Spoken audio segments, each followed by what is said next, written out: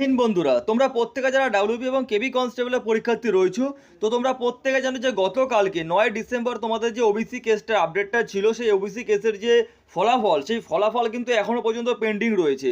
সবথেকে বড় আপডেটটা আমরা যে প্রত্যেকে ভেবেছিলাম যে 9 ডিসেম্বর যে আমাদের যে ওবিসি কেসের আপডেটটা যদি টোটালটি একদম ক্লিয়ার হয়ে যায়, তাহলে হয়তো 29 ডিসেম্বর, যেই ডেটটা তোমাদেরকে আমি গত এর আগের ভিডিওতেও বলেছিলাম, কমসে কম এক সপ্তাহ আগে, যে 29 ডিসেম্বর তোমাদের কিন্তু হয় কেপি কনস্টেবল না হলে ডাব্লিউপি কনস্টেবলের যেটা এক্সাম সেটা কিন্তু হতে পারতো।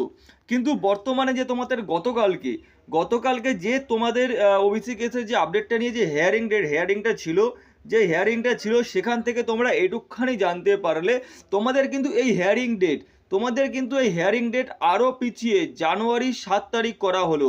জানুয়ারি 7 তারিখ, অর্থাৎ ওবিসি কেসের যে আপডেটটা রয়েছে, যার কারণে আমাদের যে প্রত্যেকে যারা পরীক্ষার্থী রয়েছে, যে একটাই চিন্তা যে দাদা এক্সাম কবে হবে, প্রত্যেকে যেন যতদিন পর্যন্ত না এই যে তোমাদের ওবিসি কেসটা ক্লিয়ার না হচ্ছে, টোটালটি কিন্তু একদম বলে দিয়েছে যে এক্সাম কিন্তু হবে না, অর্থাৎ তোমাদের আবার সে অপেক্ষা করতে হবে জানুয়ারি 7 তারিখ পর্যন্ত।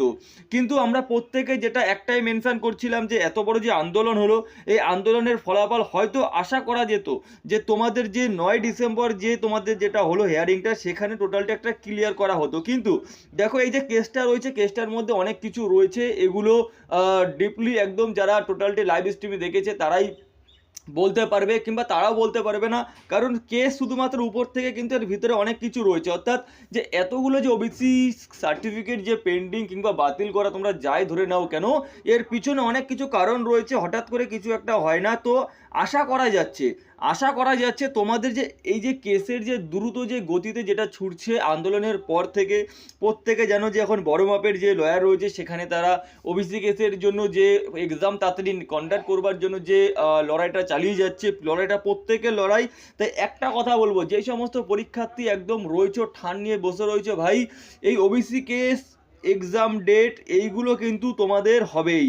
ওবিসি কেস এক্সাম ডেট, তুমি কেপি ধরো কিংবা ডাব্লিউবি ধরো, এই এক্সাম ওবিসি কেস এগুলো তোমাদের কন্ডাক্ট হবে, হয় আগে না হলে পিছে। এবার তোমাদের ডিলে, যেহেতু দিন দিন তোমাদের ডিলে একের পর এক ডেট পিছিয়েই যাচ্ছে, ভাই আমি একটা কথা বলবো ফোর্স মেম্বার কিংবা তোমরা আমাকে যাই মানো না কেন, যদি তুমি ডিফেন্সে আসতে চাও, তাহলে তোমাকে সব থেকে বড় কথা হচ্ছে একটা তোমাদেরকে ধৈর্য রাখতে হবে, অর্থাৎ বরদাস্ত কি মাদা তোমাদের মধ্যে আনতে হবে। এটা তোমরা এখন থেকে নিয়ে রাখো। এই ওবিসি কেসের আপডেট যাচ্ছে না, কিংবা ওয়েস্ট বেঙ্গল পুলিশের ডেট, কলকাতা পুলিশের ডেট, তোমরা এক্সাম ডেট পাচ্ছ না বলে যে তোমাদের যে এক্সাম প্রিপারেশান যে তোমাদের ডিলে করে দেবে, এটা কিন্তু সব থেকে একটা বড় ভুল করবে। কারণ যারা একদম অরিজিনাল যারা এক্সপিরিয়েন্স রয়েছে, যারা এই বছর হয় ডাব্লিউপি নয় কেপি একটা চাকরি বাঁধাবে, তারা কিন্তু আন্দোলন, ওবিসি কেসের আপডেট, যে তোমাদের এক্সাম ডেটের আপডেট, সমস্ত কিছু শোনার সাথে তাদের যে এক্সামের যে পড়াশোনা যেটা রয়েছে, সেটা কিন্তু তারা ডিলে করেনি। আর তোমরাও কিন্তু করো না, কারণ আমি একটাই রিকোয়েস্ট করবো, ভাই এক্সাম যখন তখন হতে পারে, ওবিসি কেসের আপডেট যখন তখন মিটে যেতে পারে। তাই নিজেকে কোনো সময় ভাবে যে এক্সাম প্রিপারেশনের দিক থেকে ডিলে করবে না, যাতে তোমাদের যখন একদম মেন যে তোমাদের হিট অফ দ্য সিচুয়েশন চলে আসবে, সেখানে তোমাদের জায়গাটাকে তোমরা মার খেয়ে যাও। একটাই কথা বলবো, হয় আগে ডাব্লিউপি নয় আগে কেপি, এখনো পর্যন্ত কোনোটাই ঠিক হয়নি। অর্থাৎ তোমরা তোমাদের সাবজেক্ট দিয়ে ইংরেজি চ্যাপ্টারটা বাদ দিও না, দুটোর জন্যই প্রিপারেশন নিতে থাকো, ডাব্লিউপি মেন্সের জন্য প্রিপারেশন নিতে থাকো, যেখানে তোমাদের কেপি কনস্টেবলের পিলিটা কাজে লাগবে। দেখা হবে নেক্সট ভিডিওতে ডাব্লিউপি এবং কেপি কনস্টেবল এক্সাম ডেট নিয়ে। আজকের ভিডিওটা এখানে আমি শেষ করছি। যারা এখনো পর্যন্ত চ্যানেল সাবস্ক্রাইব করোনি, ভাই চ্যানেল সাবস্ক্রাইব করে রেখে দাও। নেক্সট ভিডিওতে দেখা হচ্ছে। জয় হিন্দ।